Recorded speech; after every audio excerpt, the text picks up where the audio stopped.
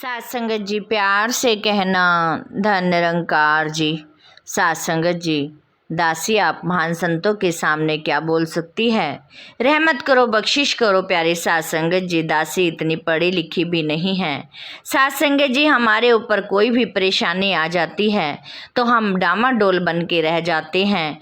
हम परेशानियों में झुलस जाते हैं। हम छोटी सी परेशानी को बड़ा कर लेते हैं क्योंकि सात संगत जी हम टेंशन में घिर जाते हैं। सात संगत जी, हमें यहाँ पर सतगुरु का सहारा लेना चाहिए। सात संगत जी, जिसने सतगुरु का सहारा लिया उसका प्यारी सात संगत जी सारे काम अपने आप हो जाते हैं। सात संगत जी, ये तो एक दुनियावी जीवन है कि सात संगत जी दुख और सुख आते चले जाते हैं, लेकिन सात संगत जी हमें उनमें घबराना नहीं है। सात संगत जी, हमें अपने लक्ष्य कर्म पर चलते रहना है। हमें सेवा सिमरन के साथ जुड़े रहना है।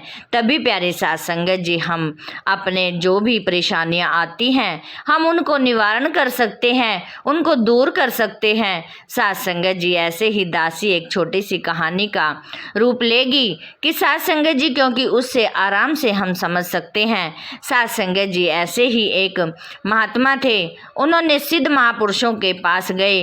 वो बहुत ही परेशान रहते थे। उनके घर में खाने के लिए कुछ नहीं था। वो अपने परिवार का निवारण भी नहीं कर सकते थे और सात संगत जी कुछ आलसी भी थे। सात संगत जी, जो एक आलस मन में है तो प्यारी सात संगत जी हम अपना पालन पोषण नहीं कर सकते क्योंकि सात संगत जी हम आलस के साथ घिरे जाते हैं। सात संगत जी, वो व्यक्ति सिद्ध महात्मा जी के पास गया और कहने लगे कि महात्मा जी, मैंने वहाँ पर प्यारी सात संगत जी जाकर सिमरन किया, सत्संग किया, सत्संग में बैठे और प्यारी सात संगत जी सत्संग समाप्त होने के बाद उन व्यक्ति ने प्यारी सात संगत जी उन महात्मा जी से पूछा कि महात्मा जी, आप ये सत्संग हर रोज़ कर रहे हो और मैं हर रोज़ सुनने भी आता हूँ सात संगत जी, और लेकिन मेरा मन बहुत परेशान होता है। ना ही मैं काम कर सकता हूँ और ना ही सात संगत जी मैं अपने घर का गुजारा कर सकता हूँ। मैं इसका आप कोई जवाब बताओ, मुझे इसका कोई उपाय बताओ। प्यारे सात संगत जी, वो सिद्ध महात्मा थे। वो एकदम स्माइल करके बोले कि ठीक है, आप पहले मेरा एक काम कर दो, उसके बाद मैं आपका काम कर दूंगा, फिर तभी मैं आपका जवाब दूंगा। सात संगत जी, महात्मा जी ने इशारा किया कि सामने वो एक पहाड़ी है, उस पर प्यारे सात संगत जी चींटियों ने अपना घर बनाया हुआ है और उस चींटियों ने इतना बड़ा विशाल घर बनाया हुआ है कि वहाँ पर वो जो भी ज़मीन है उन्होंने उसको बंजर कर दिया है। वहाँ जो भी फसल होती है बंजर है, वहाँ फसल ही नहीं उगती। आपने वही करना है कि उनका घर तहस नहस करना है और 7 दिन के बाद आप मेरे पास आना, तो इस सवाल का मैं आपका जवाब दूंगा जो आप इतने परेशान हो। सात संगत जी, उस व्यक्ति ने सोचा कि महात्मा जी ने भी मुझे क्या काम बता दिया, इतना आसान काम है, इसके बाद मुझे क्या उत्तर देंगे। सात संगत जी वो चला जाता है और फिर सात संगत जी जाने के बाद पहले दिन जब वो वहाँ पर जाता है, वहाँ पर देखता है कि पहाड़ी के पास चींटियों का बहुत सारा घर बनाया हुआ है। जगह जगह पर उन्होंने अपना घर बनाकर और प्यारी सात संगत जी जो साथ के खेत हैं उनमें से गेहूं ला ला कर अपने घर में रख रही हैं। प्यारी सात संगत जी वो दिल जान से जुटी हुई हैं। सात संगत जी जैसे ही वो व्यक्ति गया, उसने वहाँ पर जाकर उसका घर तहस नहस कर दिया, सारा उजाड़ खाना कर दिया और सात संगत जी मुस्कुराता हुआ घर चला आया और सोचने लगा कि लो, अब तो मैंने उनका घर ही उखाड़ दिया। महात्मा जी ने मुझे 7 दिन का टाइम दिया था, मैंने तो आज 1 दिन में ही सारा तहस नहस कर दिया। सात संगत जी आके आराम से सो गया। दूसरे दिन फिर वहीं पहाड़ी पर गया कि जाऊं देखूं अब क्या हो रहा है। प्यारी सात संगत जी दूसरे दिन गया तो दूसरे दिन भी प्यारी सात संगत जी वो चींटियाँ अपनी मेहनत करके अपना घर बनाने में जुटी हुई हैं। जो कल आराम से काम कर रही थी और आज और भी तेज़ी से वो गेहूं लाने में मगन हो रही हैं और प्यारी सात संगत जी अपना घर बनाने में मगन हो रही हैं। सात संगत जी दूसरे दिन भी उसने वही किया कि उनका घर तहस नहस कर दिया और दूसरे दिन जब वो आने लगा मन में सोचने लगा कि ये भी महात्मा जी ने मुझे क्या काम दे दिया है कि मैं बिना मतलब में उनका घर तहस नहस कर रहा हूँ। इतनी मुश्किल से तो वो घर बना रही हैं, लेकिन साध संगत जी महात्मा जी का उन्होंने हुक्म का पालन करना था, इसीलिए प्यारी साध संगत जी वो घर पर आ गए।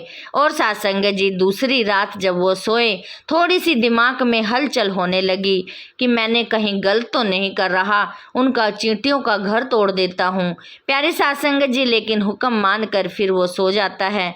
तीसरे दिन प्यारी साध संगत जी फिर वहीं पर जाता है, तो साध संगत जी रास्ते में सोचता हुआ जाता है कि अब तो मैंने 2 दिन से उनका घर तहस नहस कर दिया, आज तो वो होंगी ही नहीं, क्योंकि जब 2 दिन से एक इंसान ने उनका घर इतना सारा उजाड़ दिया तो आज वो क्यों बनाएंगी।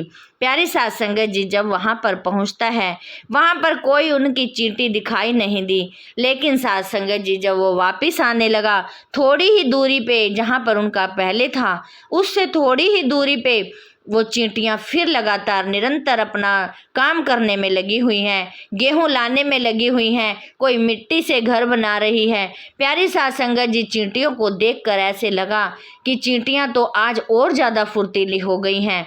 प्यारी साध संगत जी वो फिर उनका प्यारी साध संगत जी महात्मा जी के उनके व्यक्ति के प्यारी साध संगत जी मन में आया कि ये तो मैं गलत ही कर रहा हूँ, चींटियाँ तो अपना निरंतर वही अपना काम ही कर रही है, लेकिन मैं क्यों पाप का भागी बनूं। साध संगत जी वो तीसरे दिन उनका घर नहीं उजाड़ता और बिना गुरु का हुक्म माने ही घर पे चला आ जाता है। और प्यारी साध संगत जी रात को पूरी रात नहीं सोता कि ये मैंने 2 दिन भी क्या किया, ये तो इन्होंने तो अपनी हार नहीं मानी, लेकिन साध संगत जी मुझे क्या मिला, उनका तो घर वहीं का वहीं है, लेकिन मुझे तो क्या कष्ट ही दिया है मैंने उनको।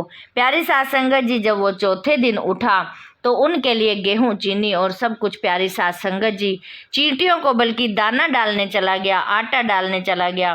साध संगत जी ऐसे ही निरंतर वो 3 दिन जो बचे थे वो हर रोज चींटियों को भोजन खिलाने लगा। साध संगत जी जब 7वां दिन आया तो महात्मा जी के पास आया, तो महात्मा जी ने मुस्कुराते हुए पूछा, हाँ बेटा आपने क्या किया, आपने उनका तहस नहस कर दिया। साध संगत जी वो इंसान महात्मा जी के चरणों में गिर गया, कहने लगा कि ये काम तो महात्मा जी मैं नहीं कर पाया, मुझे क्षमा करो, मैंने आपके पालन नहीं किया, आपके हुक्म का पालन नहीं किया।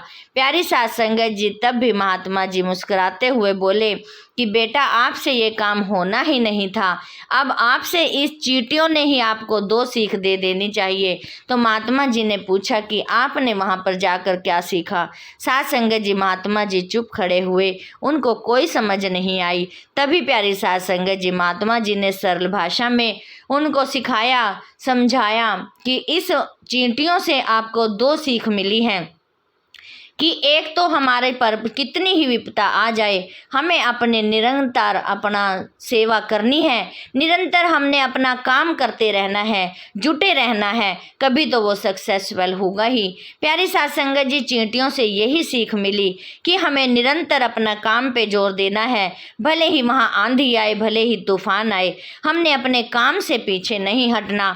और दूसरा प्यारी साध संगत जी तुम्हें ये सीख मिली कि कैसे किसी छोटे को हमें हत्या से नहीं करनी चाहिए, हमें छोटे इंसान को दुखी नहीं करने चाहिए, जो हमसे नरम है हमें उसको दुख नहीं पहुंचाना चाहिए, हमें बल्कि उसकी सेवा करनी चाहिए, जो कि आपने उनकी चींटियों की सेवा की है। साध संगत जी यही इस कहानी का वो है कि हमें जितनी भी परेशानियां आ जाएं, हमें सतगुरु का सहारा नहीं छोड़ना, हमें सेवा सिमरन का सहारा नहीं छोड़ना, हमें अपने निरंतर लगे रहना है, कभी ना कभी तो वो जरूर काम हो जाएगा।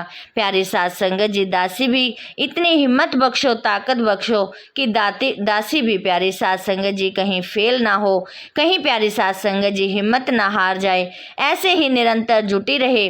प्यारी साध संगत जी दासी के चैनल को भी जरूर सब्सक्राइब करना, ताकि साध संगत जी दासी आप तक अपने विचार पहुंचा पाए और साध संगत जी आप जी का आशीर्वाद भी ले सके।